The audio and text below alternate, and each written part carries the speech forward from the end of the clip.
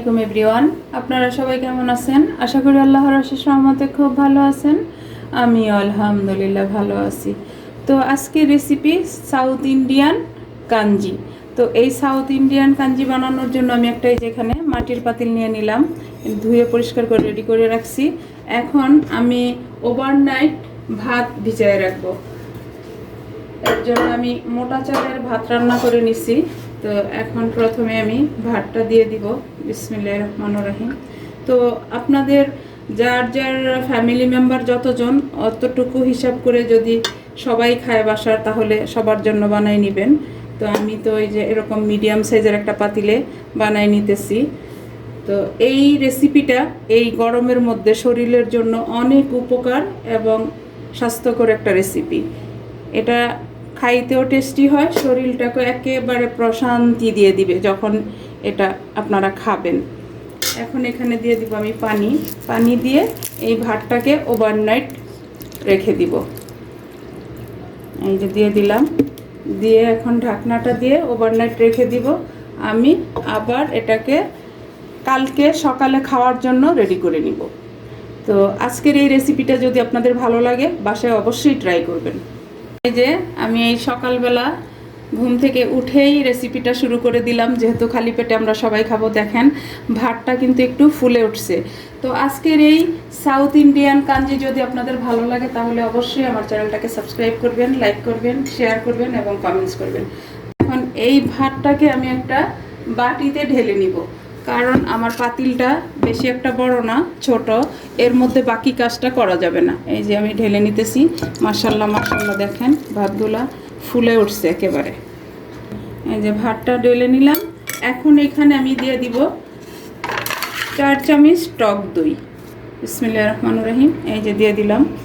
এই টক দইটার কারণেই এই ভাতগুলার স্বাদ অনেক অংশেই বেড়ে যাবে। এই যে 4 চামচ টক দই দিয়ে দিলাম, দিয়ে এখন ভালোভাবে একটু মিশিয়ে নিব। সাউথ ইন্ডিয়ানরা কিন্তু প্রতিদিন এই রেসিপিটা দিয়েই নাস্তা করে। ওরা বলে যে ওদের শরীর এটার কারণে একেবারে ঠান্ডা থাকে, ওরা কখনো গরমটা ওরকমভাবে অনুভব করতে পারে না। তো এই ডিশটা কিন্তু বা এই রেসিপিটা আমাদের বাঙালিরা কিন্তু কমই খায়। ইন্ডিয়ানরা সবাই এটা অনেক পছন্দ করে খায়, বিশেষ করে তো সাউথ ইন্ডিয়ানরা। এখন এর মধ্যে আমি দিয়ে দিব স্বাদ মতো লবণ। আর লবণ তো যার যার টেস্ট অনুযায়ী দিয়ে নেবেন। এখন দিয়ে আমি একটু ভালোভাবে মিক্স করে নিব। এখন এই পর্যায়ে দিয়ে দিব একটু কাঁচামরিচ আর একটু পেঁয়াজ কুচি। এই যে একটা পেঁয়াজ কুচি দিয়ে দিলাম আর 2টা কাঁচামরিচ কুচি দিয়ে দিলাম। এখন এই কাঁচামরিচ পেঁয়াজটা আমি এই ভাতের সাথে মিশিয়ে দিব। আমাদের পূর্বপুরুষেরা কিন্তু সকালবেলার নাস্তাই ছিল পান্তা ভাত। তো এখন এই পান্তা ভাতই সাউথ ইন্ডিয়ানরা এইভাবে করে খায়, সেটাকে বলা হয় কাঞ্জি। তো এখন আমি এই কাঞ্জির জন্য একটা বাগার স্পেশাল রেডি করতে হয়। এই কাঞ্জির বাগারটাই সবচেয়ে স্পেশাল। তো এখন বাগারটা রেডি করে নিব আমি। বাগারটা রেডি করার জন্য ছোট্ট একটা ফ্রাই প্যান বসাই দিলাম। এই সাউথ ইন্ডিয়ানরা এরকম ছোট্ট একটা ফ্রাই প্যানেই বাগারটা দেয়, একেবারে অথেন্টিকভাবে আমি আপনাদের সাথে শেয়ার করলাম। দিয়ে দিব আমি 2 চামচ তেল।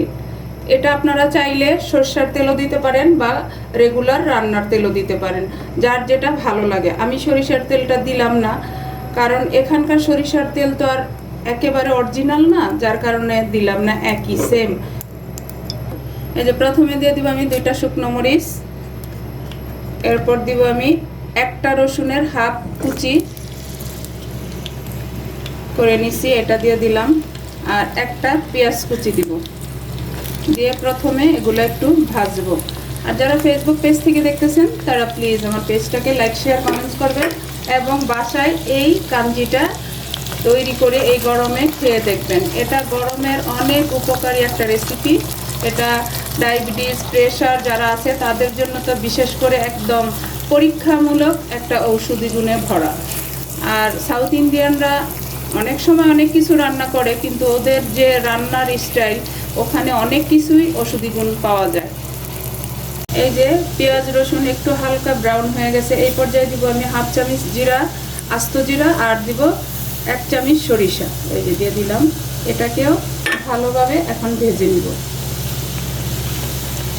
যে এখন এই পর্যায়ে দিয়ে দিব মূল আকর্ষণ বা প্রধান আকর্ষণ আর এই খাবারটার টেস্ট 1 গুণ থেকে 4 গুণ বাড়ানোর যে জিনিসটা, সেটা হলো এই যে কারি পাতা। এই কারি পাতাটা এখন আমি দিয়ে দিব। আমি ধুয়ে পরিষ্কার করে রেডি করে রাখছি। এই যে যখনই আপনারা এই সাউথ ইন্ডিয়ান কাঞ্জি বানাবেন তখনই কিন্তু আপনাদের এই কারি পাতা দিতে হবে। অথেন্টিক রান্নাটা হলো এই কারি পাতা দিয়ে। মাশাআল্লাহ মাশাআল্লাহ, এত সুন্দর ফ্লেভার চলে আসছে। যদি বাসায় না বানান তাহলে বুঝতে পারবেন না। প্লিজ একবার হলো ট্রাই করেন।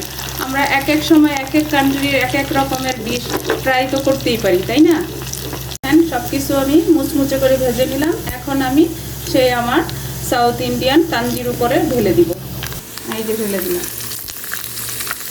দেখেন মাশাআল্লাহ, খেতেও সুন্দর, খাইতেও অসম্ভব টেস্টি। তো প্লিজ আমার ভাই বোনেরা, এই গরমে আপনারা এই রেসিপিটা করে সাউথ ইন্ডিয়ান ডিশ কাঞ্জিটা বানায়া বাসায় খেয়ে দেখতে পারেন।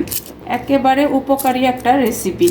তো এখন এই যে একেবারে রেডি হয়ে গেল। এখন টেবিলে দিয়ে দিব, যার যতটুকু খুশি খেয়ে নিবে, তাই না? এই যে এই শুকনো মরিচটা দেওয়ার কারণ হলো, যদি কেউ শুকনো মরিচটা খেতে চায় নিয়ে নিবে, আর যদি কেউ না চায় তাহলে না খাবে। আর উপর দিয়ে এখন আমি একটু দই সাজানোর জন্য, এটা আর কিছু না, একটু দিয়ে দিব। এটা জাস্ট সাজানোর জন্য, খাওয়ার সময় যার যতটুকু লাগে নিয়েও নিবে।